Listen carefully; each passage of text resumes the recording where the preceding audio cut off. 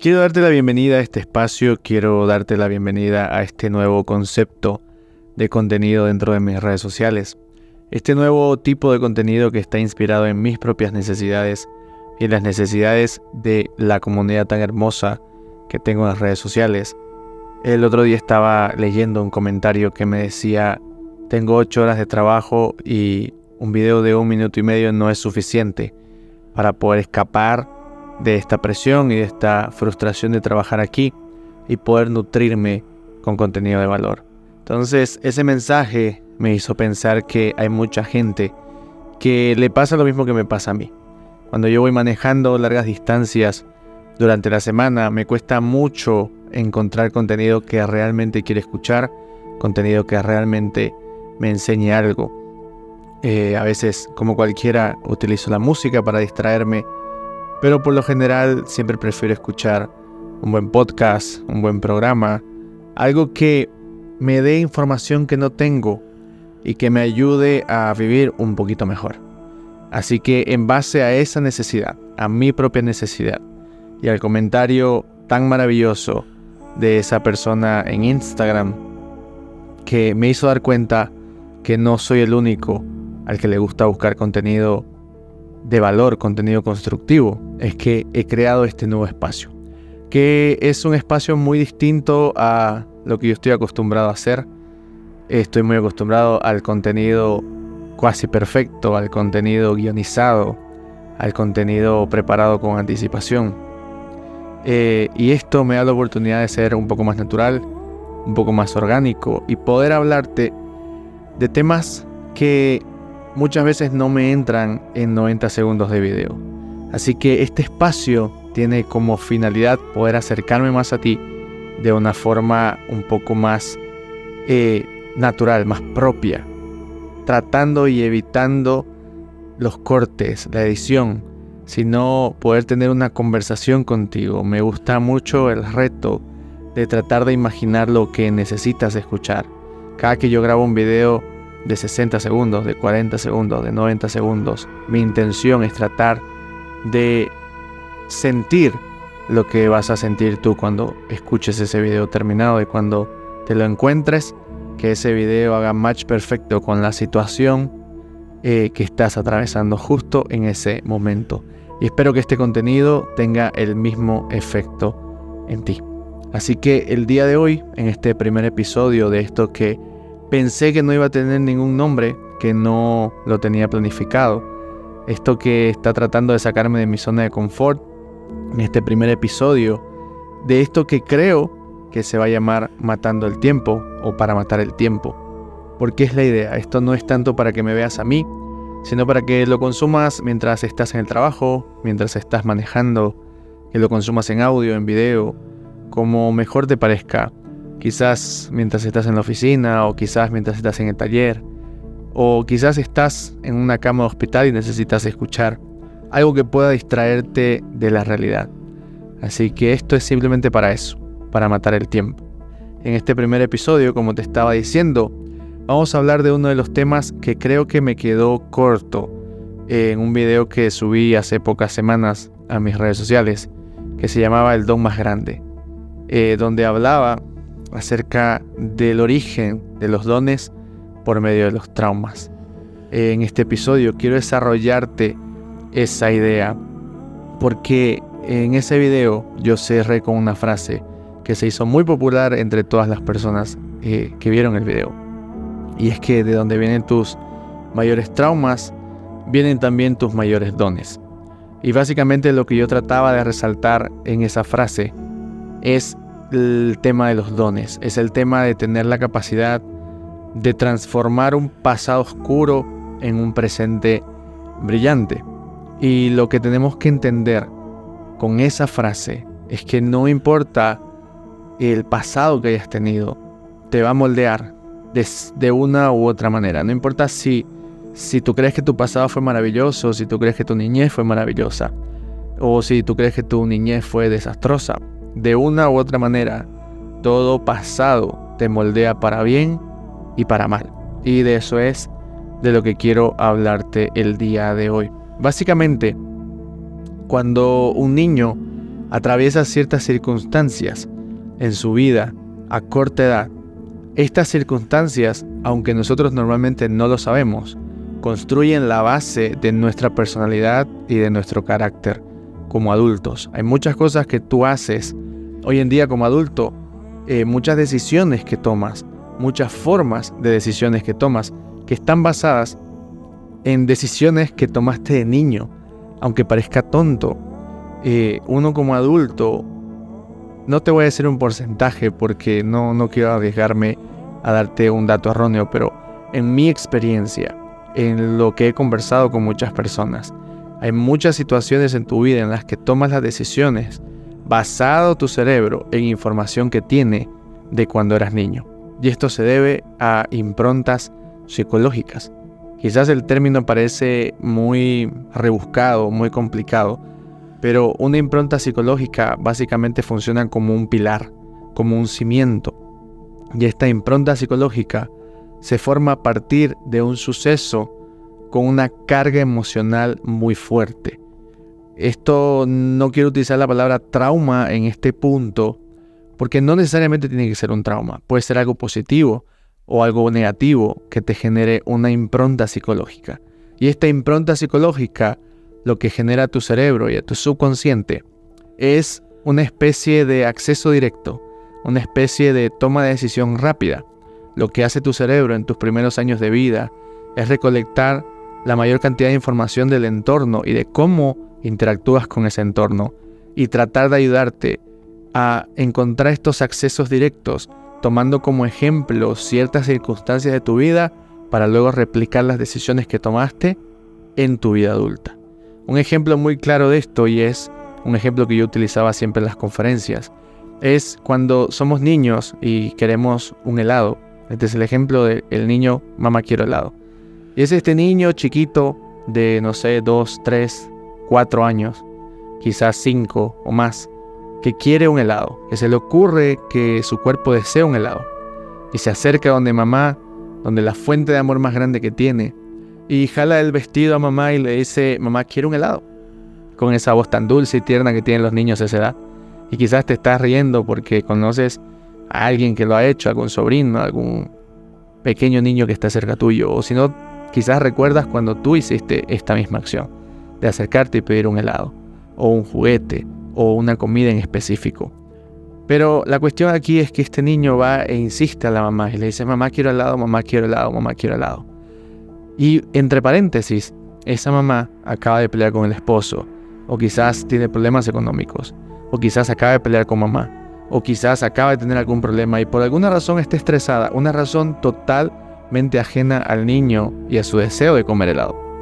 Pero este niño está configurado para perseguir sus sueños, para luchar por lo que quiere. Todos nosotros, desde que nacemos, estamos configurados para luchar por lo que queremos. Entonces, este niño recibe una negativa. La mamá, como está pasando por un mal momento, decide decirle, no, hoy no hay helado y no me molestes.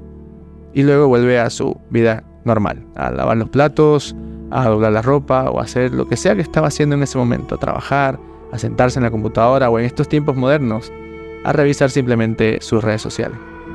Entonces el niño no entiende el por qué le dijeron que no entiende por qué no puede obtener su helado.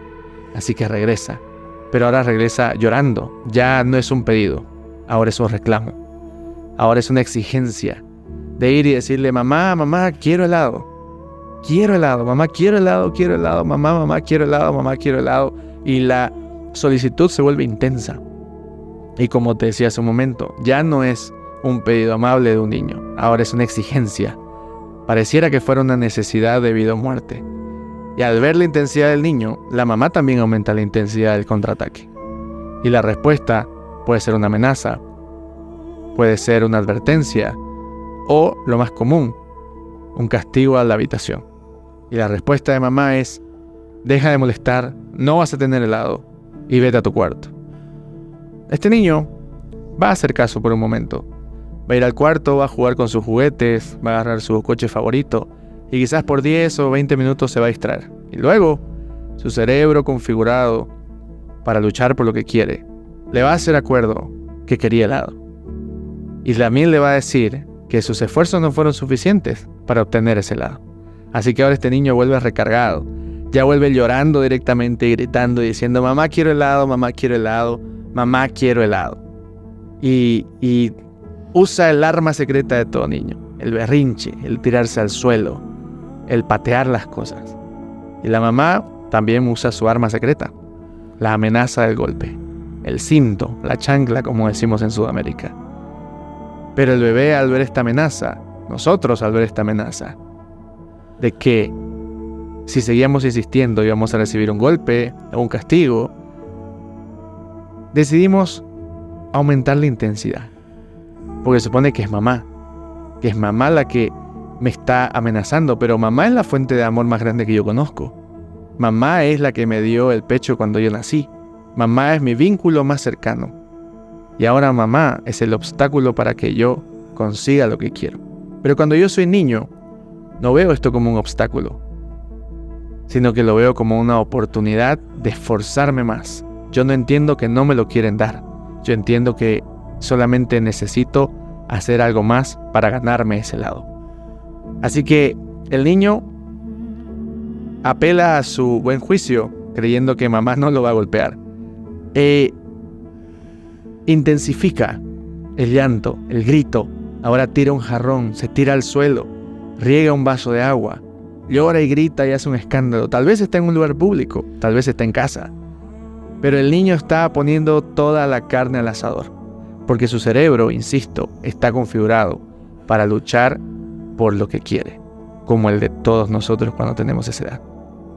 Al ver la mamá que el niño no sucumbió ante su amenaza, procede a cumplirla. Y de pronto sentimos en alguna parte del cuerpo. Y ese niño queda totalmente en shock. La persona encargada de su protección, su mayor fuente de amor, la persona que se supone debería darle todo lo necesario para vivir, la primera persona que vio cuando abrió los ojos, acaba de golpearlo. Y en esta interacción, que no es más que un ejemplo muy básico de cómo se forma una impronta psicológica, ese niño aprende dos cosas muy rápidamente. La primera es que una fuente de amor, una persona que amas, te puede generar dolor. Y la segunda es que si luchas por lo que quieres, puedes salir lastimado. Parecerá un ejemplo muy simple, pero obviamente es una especie de cuento metafórico. Porque no basta una sola vez de esta situación para generar una impronta, sino que necesitamos pasar una y otra vez por situaciones similares, con el mismo mensaje encriptado al final. Si luchas por lo que quieres, te puede doler. Una persona que te ama te puede lastimar. Y crecemos con esa impronta psicológica. Y es ahí donde vemos adultos que cuando van quizás al trabajo a exigir mejores condiciones y dicen: señor, al jefe, creo que necesito un aumento de sueldo, creo que necesito un mejor horario, creo que estoy haciendo demasiado trabajo. Y el jefe dice: no lo vas a obtener. Automáticamente este adulto agacha la cabeza y dice: ok, está bien, y deja de insistir, se da la vuelta y se conforma con lo que le ofrecen, porque tiene la impronta creada por su mamá, en el ejemplo del helado, de que si insiste, si lucha, le puede llegar a doler. ¿Y de dónde saca el cerebro esta información en esa vida adulta? De la experiencia que tuvieron de niños. Por eso es que vemos personas en relaciones de pareja que por ahí son maltratados, no son valorados, son disminuidos, son humillados, pero siguen ahí. ¿Por qué? Porque aprendieron la otra lección. Una persona que me ama también me puede lastimar. Y eso lo tienen como una verdad. Y para ellos está bien. Entonces, de esta forma, quiero tratar de representarte gráficamente cómo es que se forma una impronta psicológica. Cómo es que un suceso simple de tu niñez se puede convertir, luego de reiteradas situaciones, en un archivo encriptado en tu cerebro, utilizado para tomar decisiones de adulto. Y luego tú no entiendes y tú dices: yo no sé por qué no puedo hablar, Yo no sé por qué tengo pánico escénico. Yo no sé por qué no puedo hablar con una persona de autoridad. Yo no sé por qué tengo vergüenza. Yo no sé por qué tengo complejos.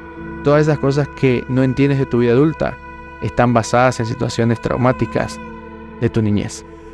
Entonces, en el video del cual hacía referencia, que está basado en este tema, que subí a mis redes sociales, yo decía que un adulto que se aísla es un niño que tuvo que lidiar con sus emociones solo. Un adulto que huye ante una pelea, ante un conflicto. Un adulto que no le gusta estar en medio de problemas, si no le gusta la confrontación. Fue un niño que tuvo que aprender a lidiar con emociones solo. Fue un niño que no tuvo un soporte emocional, una contención emocional, de parte de un adulto que le explique lo que estaba sintiendo y por qué lo estaba sintiendo y cómo lidiar con esas cosas. Un adulto que habla gritando, que tiene la necesidad de contar su vida al mundo. Es un niño que no se sintió valorado, ni validado, ni visto por los adultos en su entorno. Entonces ahora que es adulto, no sabe por qué, pero tiene que hablar a gritos. Y cuando se lo hace notar y le dice, hey, estás hablando muy fuerte, dice, no, yo siempre hablo así. Y es cierto, en su interior necesita elevar el volumen, porque de niño necesitó hacerlo para que el entorno hiciera silencio y lo pudiera ver. Ejemplos como estos hay muchos. Un adulto, por ejemplo, que siempre empatiza, que tiene una capacidad de leer a las personas, que tiene capacidad de dar consejos y que no se equivoca cuando hace una lectura previa de alguien. Ese tipo de personas que agarra y te dice, esa persona no me da buena espina, y resulta que al final tenía razón. Son personas que tuvieron que vivir en una niñez en hipervigilancia, que normalmente vivieron en medio del caos y que normalmente tuvieron que acostumbrarse a estar siempre alerta, a mirar los rasgos. Tuvieron que empezar a adivinar cuando papá movía el ojo así, era porque estaba enojado o era porque quería reír. Si mamá cerraba la puerta de cierta forma, ¿qué significaba? Si la comida me la servían de cierta manera, ¿qué significaba? Si yo llegaba a casa después del colegio y veía todo apagado en casa, ¿qué significaba? Entonces, un niño que vivió en un caos de esta manera aprende a entrar en ese estado de hipervigilancia. También esto ocasiona en los adultos que de noche cualquier ruido específico lo despierte. ¿A qué me refiero con esto? Puede ser que tu pareja se mueva, que entre al baño, que se caiga algo, que tu perro ladre, y estas cosas no te causan ningún problema. Pero un llanto a lo lejos, un vidrio que se rompe, la puerta de un auto cerrándose fuerte, un portazo en otra habitación, estas cosas te levantan al instante, porque tu cerebro tiene esto como señales de que algo malo está pasando, porque lo aprendiste de niño. Entonces, todas estas cosas que nos pasan de niños pueden generarnos, o mejor dicho, nos van a generar ciertos rasgos de nuestra personalidad y de nuestra decisión en nuestra vida adulta. Pero lo interesante es que cuando logramos entender de dónde viene el origen, o incluso sin entender el origen, pero logramos detectar estas actitudes, podemos empezar a moldear conscientemente estos malos rasgos, estas decisiones automáticas que hoy en día de adultos nos perjudican, y empezar a trabajarlas de manera consciente. Yo te doy un ejemplo personal. Yo de esta situación no me acuerdo, de esta experiencia que te voy a contar, yo no me acuerdo, pero me la contaron de adulto.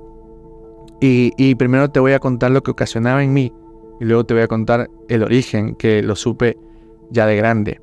Pero básicamente yo tenía un problema muy grande con las cosas que eran mías. Cuando algo era mío, era intocable, sea ropa, sea juguetes, sea comida, sea lo que sea. Si era mío, nadie podía moverlo del lugar, decidir sobre eso o hacer algo. No importaba si era la última galleta de un paquete que yo ya sabía que no iba a comer. Si alguien la tiraba al basurero, eso para mí era suficiente para enfurecerme. Si alguien metía la mano en mi hamburguesa y robaba una papa, eso para mí era suficiente para enfurecerme. Si yo tenía un juguete y alguien hacía algo, por más que haya sido el juguete más viejo y destrozado del mundo, si alguien pasaba y por error lo pisaba o lo rompía o se desaparecía, eso era para mí motivo de decepción contra esa persona. Podía llegar a sentir mucha rabia y mucho rencor por meterse con algo que era mío. Incluso recuerdo una vez que yo dibujé una casa y las ventanas las hice sin protectores, sin la típica cruz que cuando un niño dibuja una ventana de una casa. era una tarea o algo así. Y vino alguien, creo que era mamá, y le hizo las cruces a mis ventanas como simulando los vidrios pequeños. No hacía nada en perjuicio del dibujo, pero yo recuerdo haberme molestado demasiado porque era mi casa y si yo la quería sin ventanas, tenía que quedarse sin ventanas. Entonces, date cuenta que son rasgos muy excesivos. Son disparadores psicológicos que yo por muchos años no entendí hasta que escuché esta historia. Un día, mi mamá me cuenta que cuando yo tenía aproximadamente unos 2 o 3 años, eran épocas de Navidad y toda la familia iba en el carro, mamá, papá, mis hermanas y yo. Obviamente yo era el más chico. Y estábamos por una calle de la ciudad, por una avenida en la ciudad. Y fuera del carro, en un semáforo, había una familia con un niño más o menos de mi edad, descalzo. Entonces mamá lo que hizo fue quitarme los zapatos a mí y entregárselos a ese niño por la ventana. Obviamente, era Navidad, estábamos camino a comprar seguramente la mudada nueva a la que estábamos acostumbrados siempre en época navideña.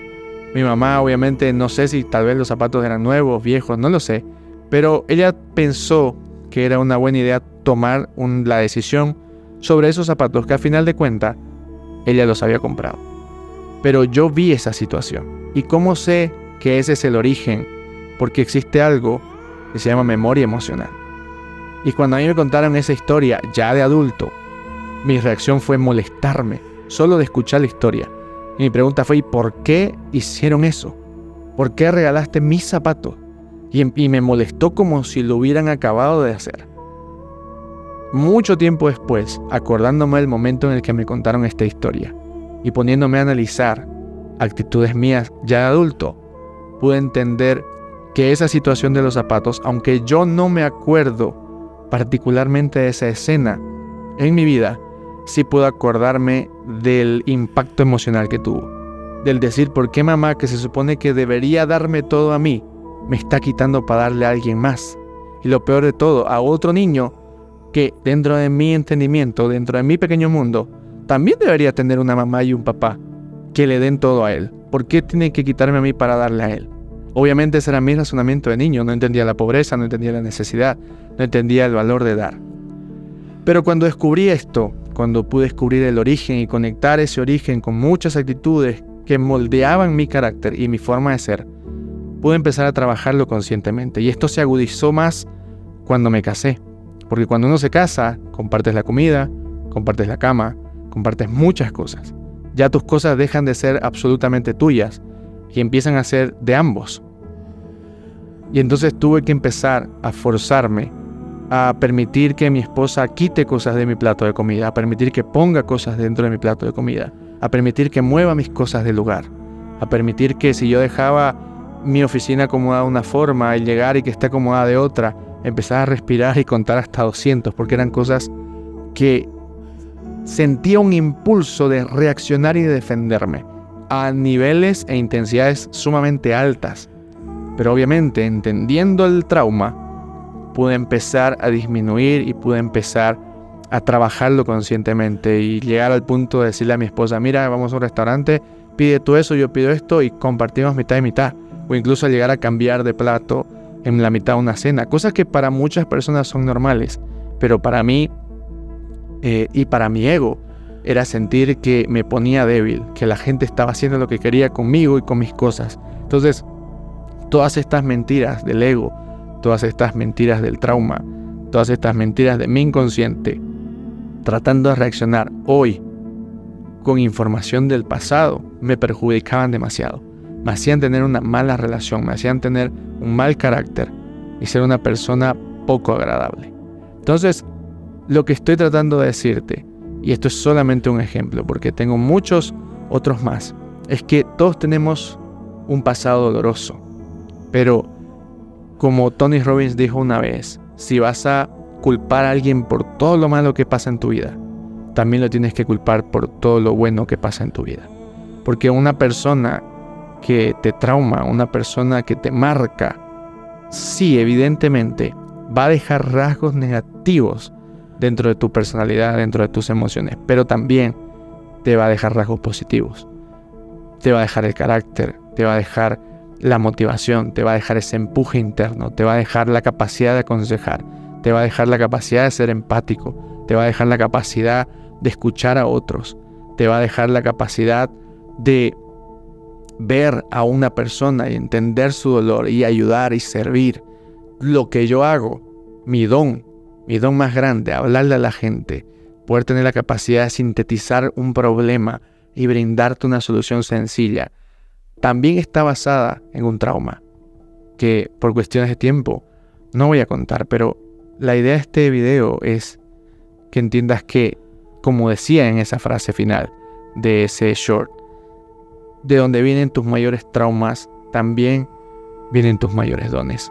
Pero es tu trabajo descubrir dónde tienes la oportunidad de desarrollar ese don, dónde tienes la oportunidad de agarrar ese trauma, cortar con el círculo, que te deje de dañar y que te empiece a construir. El pasado no se puede cambiar, pero el presente es lo que va a construir tu futuro. Entonces, no dejes que automáticamente tu cerebro tome decisiones hoy con información del pasado. Espero que lo que hablamos en este episodio te haya servido, te haya gustado. Si quieres compartírselo a una persona que creas que lo puede necesitar, estoy seguro que va a ser de mucha ayuda para las personas. Y como te dije al principio, esto es algo natural, esto es algo espontáneo, no hay un guión, no hay una estructura, simplemente soy yo hablando contigo para matar el tiempo. Te mando un fuerte abrazo donde quiera que estés y conmigo va a ser hasta un próximo video.